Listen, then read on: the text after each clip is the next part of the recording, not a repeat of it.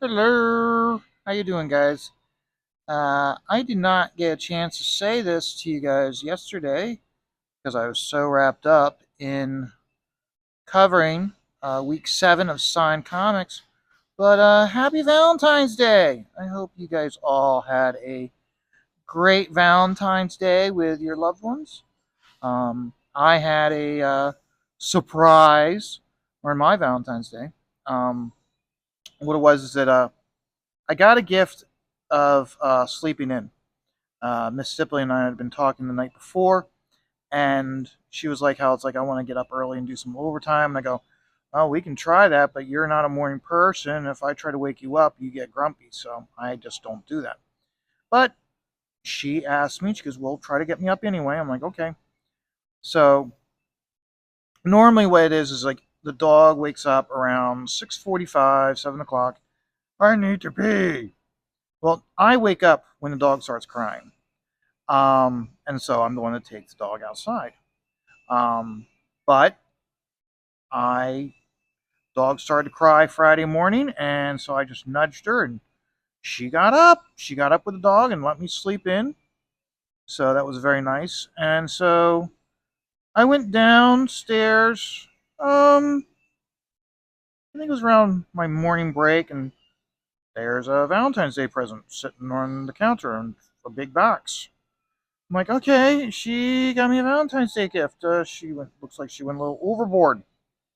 So didn't think anything of it. Went upstairs, went back to work. Come lunchtime, she goes, "Come on downstairs." I'm like, "Okay." I go downstairs, and she's like, "You need to open your present." And it's like, "Okay." And so I open up my present, and first and foremost, it's a big, heavy box. And I'm thinking to myself, "What did you do? Get the cat kitty litter for me? Is that what my Valentine's Day present is? Kitty litter for the cat?" And she's like, "No, you got to open it." So I start to open it, and it's a brown cardboard box, and I'm like, okay. And just as I'm about to start opening it, I start to pay attention. I read the side, and the side of the box says G.I. Joe, Real American Hero.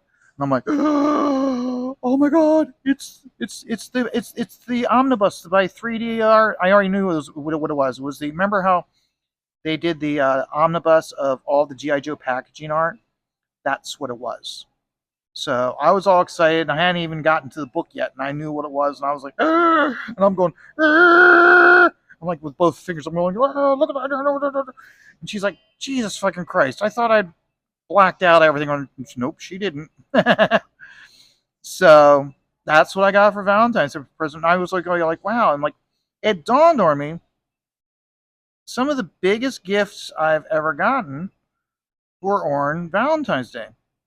Because during the pandemic, I want to say it was 2021, I got a Valentine's Day present, and it was my spinner rack.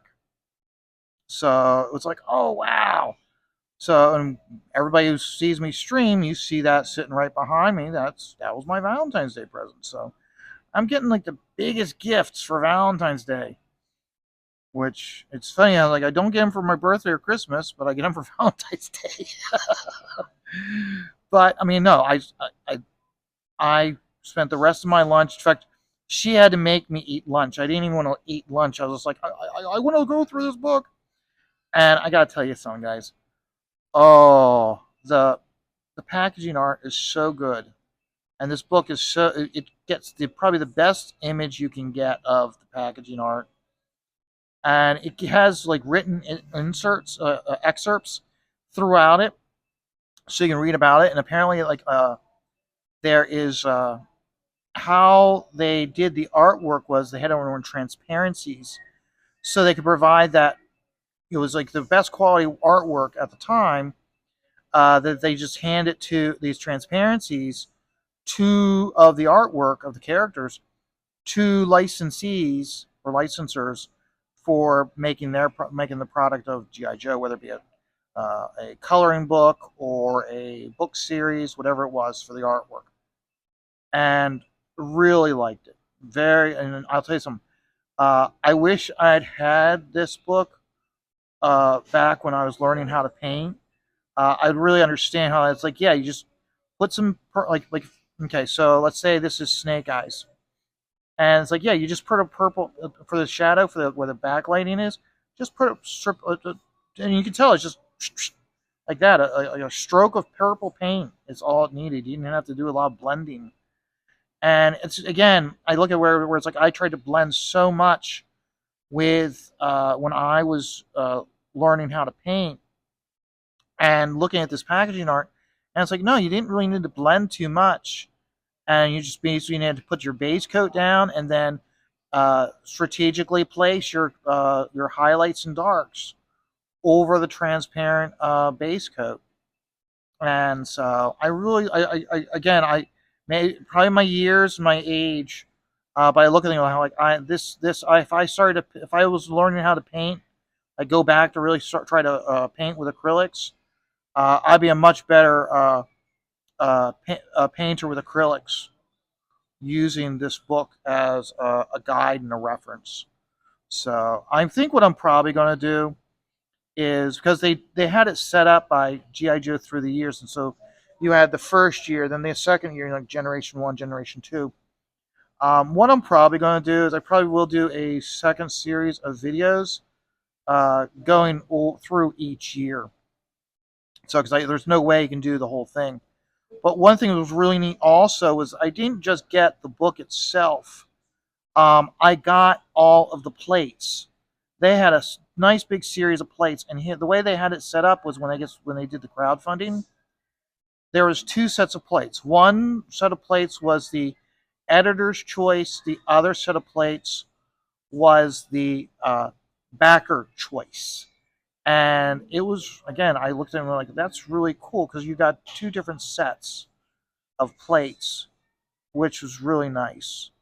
So I really enjoyed that. And like I said, I from the very beginning of the first generation where you had some label slapping to the final generation where you could tell that they were using like the body of the vamp with the gun turret of the Mobat. I'm just making that up, but you get what I'm saying. How like, they were like basically kit bashing the original toys to make the latter toys. Which again, from you look at that and from a uh, business end, you look at it and you're like, yeah, that makes a lot of sense. Is that if you got a gun turret that works, try to use it because that's less money that you don't have to spend money on someone creating, building it and modeling it for you. Just tear that off, put that on something else. Okay, there's your molds. Look, modify the mold a little bit for this and this. Boom, you're done. So I thought it was really good. So, like I said, I will be going through that book uh, to really let you guys know uh, about it, and I'll go do a whole series on it. So, but and then of course, um, let's see what was the next thing. So yeah, so that one I enjoyed it immensely. Yesterday also was the ARCA race for Cody, and it's Daytona. I will. That's all. I'm mainly going to say it's Daytona, and him getting in that wreck and causing all those other cars wreck. That's part of racing at Daytona. It happens every single year. It doesn't matter what series you watch. It's going to happen. And where a lot of people are like, uh, turn four has always been an issue. It has a hit. It's always had a history of having accidents in turn four. So him causing that big accident, it's part of the deal. It's part of racing at Daytona. Now here's the big thing: is yes, did he take out half the field? Yeah, a lot of cars, almost half the field was taken out. My big thing is he was up front. He was racing up front, and for me, I'm like, that's what matters. You got to be up front to race. You can't you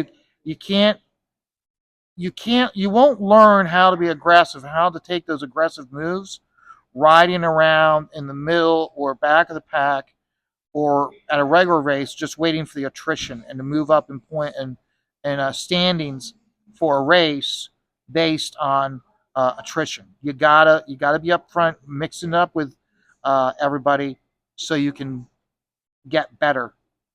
And I was glad to see him up there. And as I joked when the accident happened, I was like, it's just a whiskey dent. Get back in the car. No, there's no getting back in that car. That car was totaled.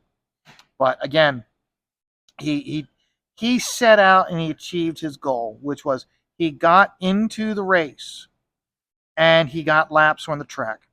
And most importantly, okay, remember last year he didn't make the race at Daytona, and then he got in on time at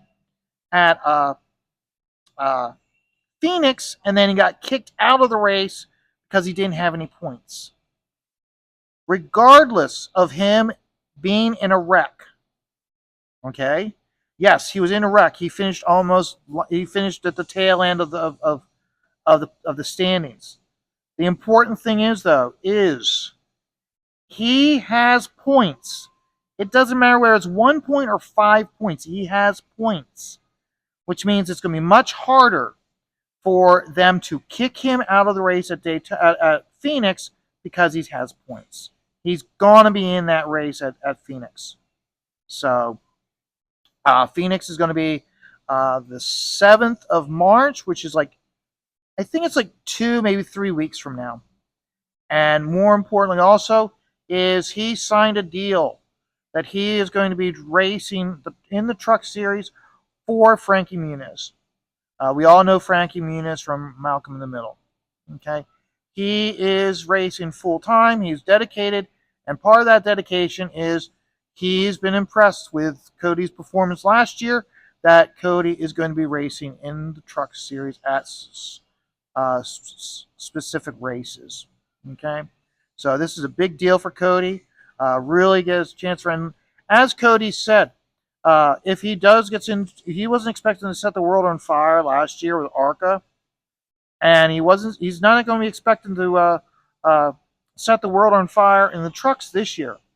He wants to get out there, he wants to learn, and that way when he's at the point that he can start driving competitively against these other drivers, he has the knowledge to do it. So and again, I remember at the end of last season, I was really looking forward to this season because we know how he did last year, where he ended up. And more importantly, we know where he ended up each race, week after week. Now we get to see he finished at 11th at this track. His goal is to finish above 11th. And most importantly, he's showing other team owners that he takes care of his shit. Okay, so that way other team owners know that if I put him in that car, he's not going to wreck it and go, oh well. He's going to do his best not to race that, not to wreck his vehicle and provide the best result possible for his team owner. So I'm like I said, so I'm very excited for how he's going to do this year. So okay, so you see how we got these areas here where it's blending between the black and the highlight? We've got that here, okay? What I want to do is I just want to do a little bit of dots in here. In fact, I'm going to switch to a different nib to show you guys. So let's clean off this nib. So, and then we'll get into the next nib. But no, I'm very excited for how he's going to do this year. I'm hoping that over the course of the season, his performance and gets him noticed by other sponsors, and that way he won't have this issue of last year of almost running out of money. I'm hoping also now the season started and as he races, I hope it generates more interest for his crowdfunder for his comic book Ride and Die. I still say one of the biggest things he needs to do is he needs to with that in the image of the guy at the guys at the nudie bar. Get Cecil in the back panel, in the background. Get him eating a girl out of her starfish. Okay, Cecil perverted, he'll do it. And then also get Jeff into it. get Jeff into it and make Jeff a character. We all know Jeff from Legal Vices. He is he's Jeff was a comic book. He's really Jeff was a comic book character. He was large and bigger than life, and just everything about him screamed he'd be a perfect. If I was going to design a comic book character, I would keep Jeff in mind, especially if I need to have a character who is a promoter. Let's say I one of the characters I need to create as a promoter. Jeff is who I'd go as far as the big handlebar mustache and the hat. Okay, I would go that far. Okay, that's how Jeff is, and that's how, and like I said, that just makes him perfect. And so, and then of course with Jeff being such a big fan of Lovecraft, that would make it also perfect that way. If you want to have the big plot twist, Jeff's the bad guy. Again, how Jeff was, he would be the perfect demonic bad guy that pulls the wool over everybody's eyes. So, but, okay, I'm just gonna use the nib here, but see how I did that? Just rounded it a little bit. I think that looked really good. Let's take another look here. See how that looks right there? I like that. So since I've got this nib there, I'm gonna just keep going. And what I can do is I can really get in there to this ribbing of the armor. And so we go in here. Yeah. And see how we do that? So we go in here, up here. It was funny when I first started doing this video, I thought about doing over here in this leg so I can show how I'm going to blend those ink marks that Wayne put on the page and just to show you how to incorporate them. And I was like, we'll do that another time. I really want to keep working on this page right here, or this guy in his shoulder. So that's the other thing also is you got to kind of dedicate yourself to when I'm doing these videos to hold a certain spot available for not work on this guy, but like work on this guy and up here. Work on that when I'm not doing the videos for you guys. So that way I'm working on these videos. You can compare it to the previous video to see the progress and see how it's coming along and how I go from, you get a progression of just how like this guy's coming along. So, but, okay, let's see here. That works, but it doesn't work completely. We got to get more here.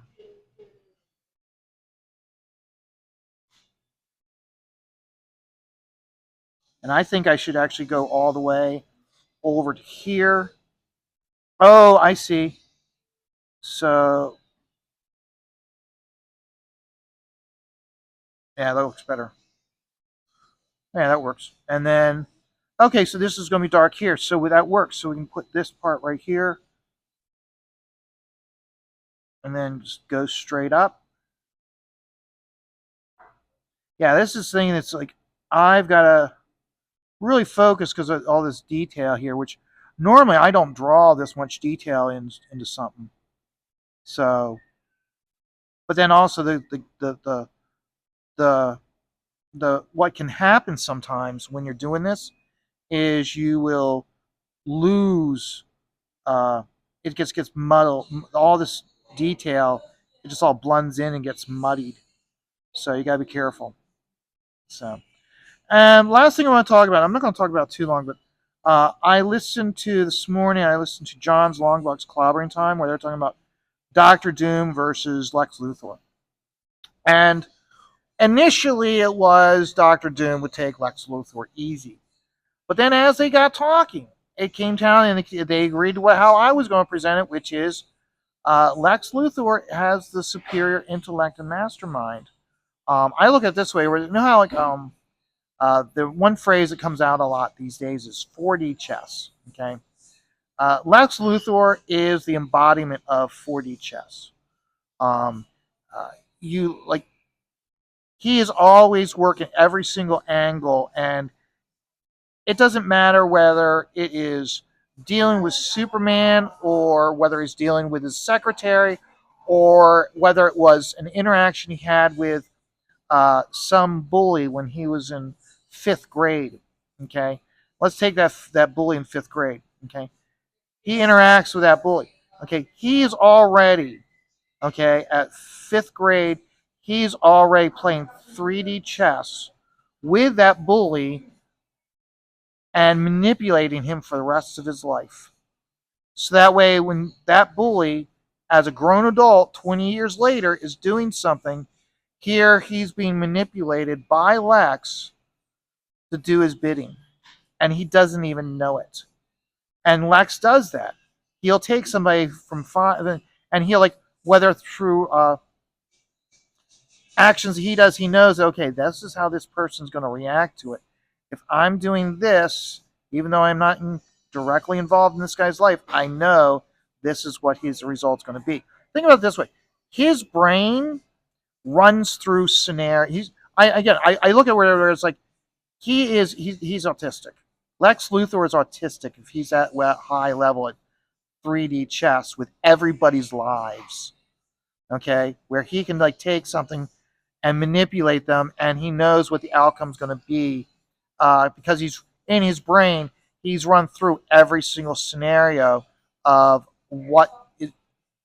if I say is, these are what the 8 different scenarios are going to be. But if I use the word that, I've now narrowed it that it's going to be these 3 different scenarios.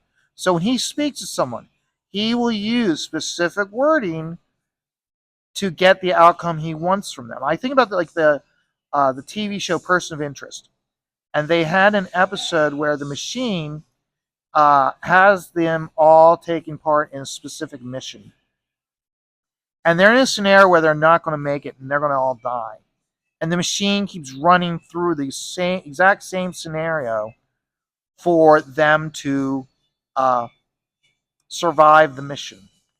And they're like, it's one of those, like, it shows like they're trapped in a break room, and in the matter of seconds, it runs through like 8,000 scenarios to come up with the scenario for them to win. Okay, that's how Lex works, and that's how his brain works, and he'll run through the scenario. So even all of his employees, like the big thing about Lex is he's not necessarily the master genius. He hires people to build the stuff for him. He's manipulating every single one of his employees, that he only knows that if I treat this employee this way, they've done what I want them to do, but I don't want them to learn anything more. I'm going to trick this employee into quitting, and and I know, based on how I've done it, they're going to go work for this company who's my competitor, and I know he's going to do this for them. I can use it against Superman, and if anything happens, I can go. It won't come back to me because it was that other company that did it, even though he manipulated them 10 years before he interacted with them. So you think about it. If he's dealing with Doctor Doom, he's going to view Doctor Doom the same way. Like, okay, how can I manipulate Doctor Doom into doing what I want? And he's thinking he's doing it for the best interest of his country, but he's actually doing it for the best interest of me. So that's how I looked at it. And they pretty much came to the exact same scenario and loved it so much. How, like, even without having to be in there and interjecting on the show, they came up to the same scenario as me. So my only thing that I said to that, I thought of, which was they didn't even address in, is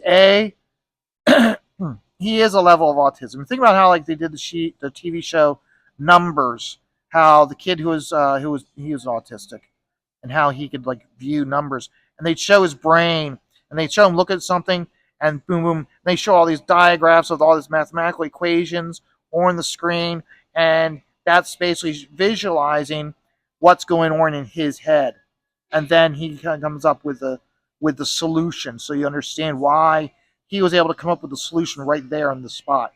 That's Lex Luthor. He looks at a scenario, and within seconds, he's already figured out what I need to do to win that scenario, but he's also, at that very moment, utilizing okay, this is what the scenario is, this is how I explain it, and this is how I can use it 8 years in the future. So I would say, in many ways, Lex Luthor is, because of that, his superior intellect makes him a superhuman being. So we just don't refer to him as a superhuman being. Now, I base this also on the fact that I could not stand Lex when they revamped Superman with John Byrne as a businessman. I wanted a villain.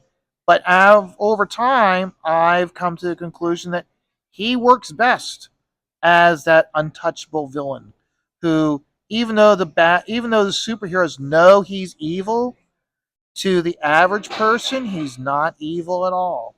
He's just a good businessman. So like I said, I really liked how they came up with the same conclusion as me. So next week they're going to be doing Raven and Magic. I won't be on it.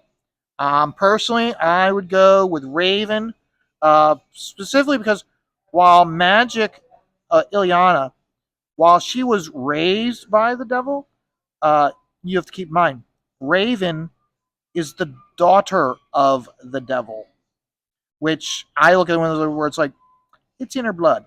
So I would look at where it's like she would win against Ilyana. So, but guys, I'm gonna have a great day. I hope you guys all have a great day. The Daytona race is gonna be starting soon.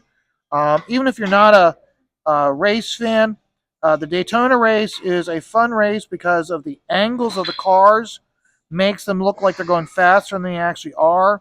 They look 10 times more dynamic because of the angles they show them racing. And there is no such thing as a small crash at Daytona. There's only big crashes. And so if you don't watch the beginning of the race, most likely, if you watch the end of the race, you will see some huge, humongous crashes. So, guys, you guys have a great day. I'm going to have a great day. And as always, take life one dot at a time.